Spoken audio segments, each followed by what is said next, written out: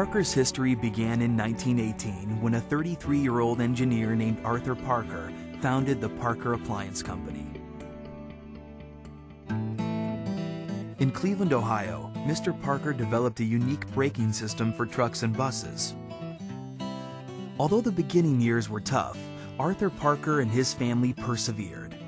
The same ambition and engineering spirit that brought the company through the early years are still what drives Parker today.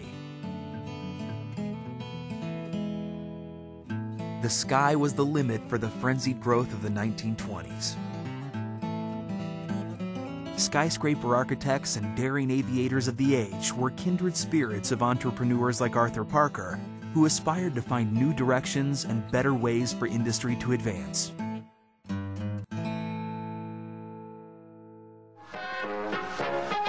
The International Aircraft Exposition of 1930 saw the entire line of Parker fittings, connectors, and valves for aircraft on display.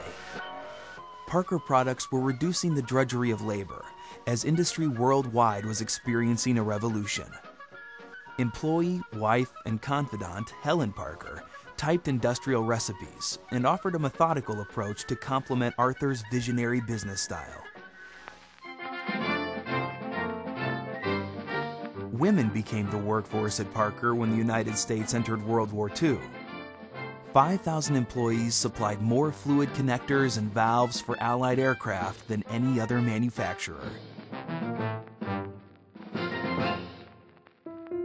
By war's end, however, the government stopped buying. Arthur Parker had died, and his heirs were advised to liquidate. The persistent and disciplined Helen Parker refused, reorganized, and moved forward. By the end of the decade, sales reached $8 million.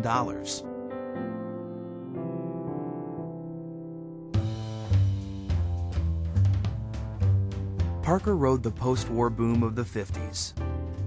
Technology was reducing time and distance, and Parker was keeping pace. Boasting 9 divisions in the Midwest and California and applying its new strategy of growth through acquisition, Parker Appliance acquired Hanafin Corporation in 1957. With Hanafin came new cylinder and valve products and a new corporate name.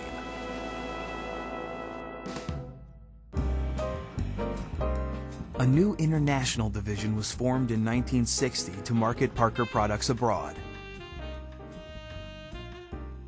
In 1964, Parker Hanafin stock was first traded on the New York Stock Exchange.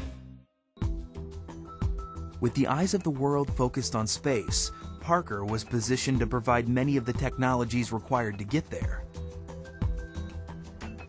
By decade's end, Arthur Parker's son Patrick was elected president of Parker.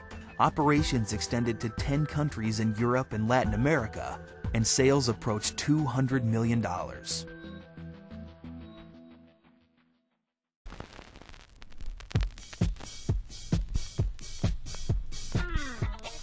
In the same decade that saw successful Moon and Mars missions, Parker technologies to farm, mine, and move the Earth, as well as explore the depths of oceans and outer space, proved more than fads by adding value to human endeavors.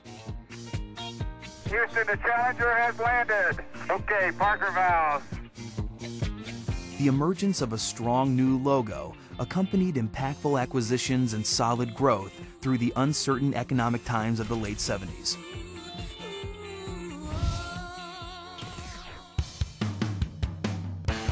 The flags on the cover of the employee magazine Parker World symbolize Parker's commitment to international growth throughout the 1980s. Partnering with locally dedicated and creative entrepreneurs continued to strengthen Parker's worldwide distribution network. 36 acquisitions were made during the 80s, filling critical product gaps and establishing Parker in global filtration markets.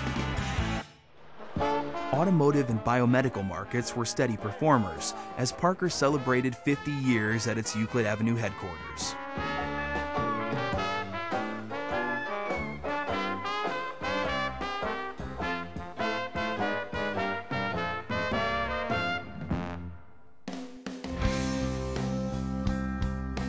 During the 90s, Parker's global organization extended to more than 30 countries, and an Asia-Pacific headquarters was established in Hong Kong.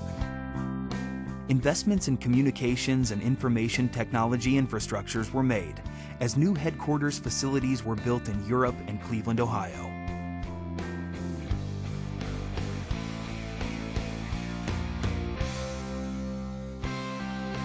A growing retail presence around the world and the Hose Doctor on-site maintenance program contributed to a revolution of innovative value-added services.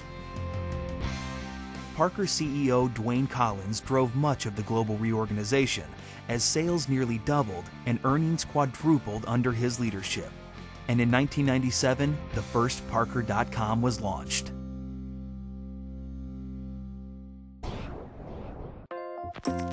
In 2001, Parker's new CEO Don Washkowitz introduced the Win Strategy, which was integral in transforming Parker into a premier diversified industrial company.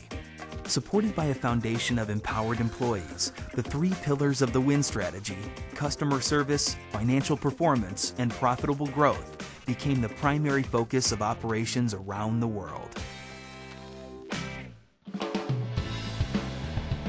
Throughout the decade, Parker continued to build its system capabilities and won many large contracts.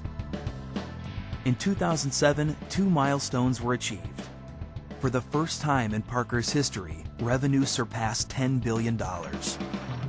And Parker stock sold for $100 per share. Soon after, a stronger, more unified Parker brand presence emerged, with a renewed focus on improving customers' productivity and profitability, which was reflected in the new tagline, "Engineering Your Success."